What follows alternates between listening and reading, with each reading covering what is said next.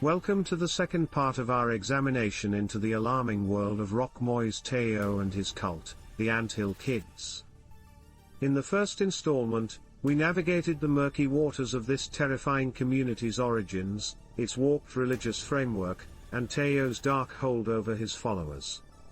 Today, we reach the culmination of our discussion, focusing on the events that led to Thériault's eventual capture, the subsequent criminal trials, and the lasting impact on the followers as well as the Canadian public.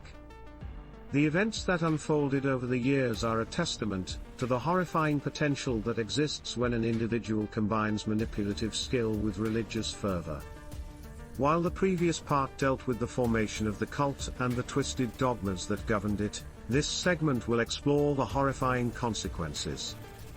These range from severe complications resulting from multiple surgeries performed by Thériault, to the frequent arrests and lack of evidence that allowed him to evade law enforcement for years. The cult faced multiple investigations, including for child abuse, culminating in a widely covered trial that put Thériault behind bars for life. The extent of psychological manipulation and physical abuse that unfolded over the years is shocking. And yet, some members continued their allegiance to Thériault even after his arrest, further highlighting the disturbing strength of his psychological hold. Several surgeries resulted in severe complications. Thériault sometimes sewed incisions using regular needle and thread. Thériault was arrested multiple times but often released due to lack of evidence. The cult was investigated for child abuse. In 1989, Thériault was arrested after one of his followers escaped. Thériault was charged with assault and bodily harm. Some members testified against him in court. He was convicted and sentenced to life imprisonment. Some followers continued to support him even after his arrest. The case received national media attention in Canada. Thériault's trial was widely covered. The Anthill Kids story has been the subject of documentaries. Several books were written about the cult. Public reaction was largely that of horror and disbelief. The cult has been studied as a case of extreme psychological manipulation. Some former members have spoken out about their experiences. The story is cited as a warning about the dangers of cults. Children born into the cult faced challenges in adjusting to life outside it. Some followers faced legal issues of their own. Many survivors faced long-term psychological trauma. Thériault was imprisoned in Dorchester, New Brunswick. He tried to appeal his sentence, but was unsuccessful. Thériault continued to exert influence from prison. He was stabbed to death by his cellmate in 2011. His death led to a sense of closure for some victims. Thériault was adept at avoiding law enforcement. Some followers who left were too afraid to report abuse. Thériault was a charismatic speaker. The cult did not use modern technology. The cult had its own set of written rules. Thériault made prophecies about apocalyptic events. Many outsiders became aware of the cult only after Thériault's arrest. The physical abuse escalated over time. Thériault was reported to have broken the legs of one follower with a sledgehammer. Thériault often justified abuse as a form of spiritual purification. Followers often had to undergo purification rituals. Alcohol played a significant role in the cult's daily life. The group had a hierarchical structure, with Thériault at the top. Thériault considered himself above all laws. Followers were cut off from their families and friends.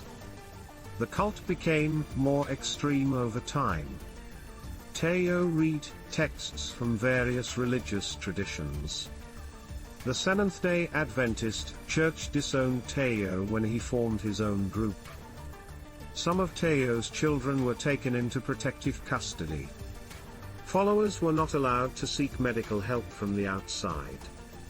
Some survivors have changed their identities to avoid association with the cult. The lack of sanitation in the cult led to frequent illnesses. Followers had to perform hard labor as part of their daily routine. Thériault maintained a complex set of justifications for his actions. He often manipulated religious texts to suit his narrative. The cult drew suspicion from neighboring communities but remained largely undisturbed for years. Thériault's control was such that some followers volunteered for surgeries. Followers were made to believe that they would suffer eternal damnation if they left.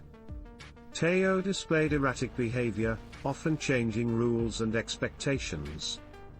A few members were allowed to go into town for supplies but were closely monitored. The cult's extreme practices worsened over time, reaching alarming levels of brutality. The story of the Anthill Kids is often cited in psychology and sociology courses to discuss the dynamics of cult behavior and manipulation. The group survived harsh Canadian winters through their self-sufficient lifestyle. Thériault's surgeries sometimes involved the removal of teeth and nails.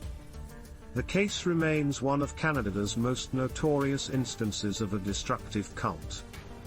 The tale of Roch Moïse Thériault and his insidious cult does not merely end with his arrest, trial, and subsequent life imprisonment.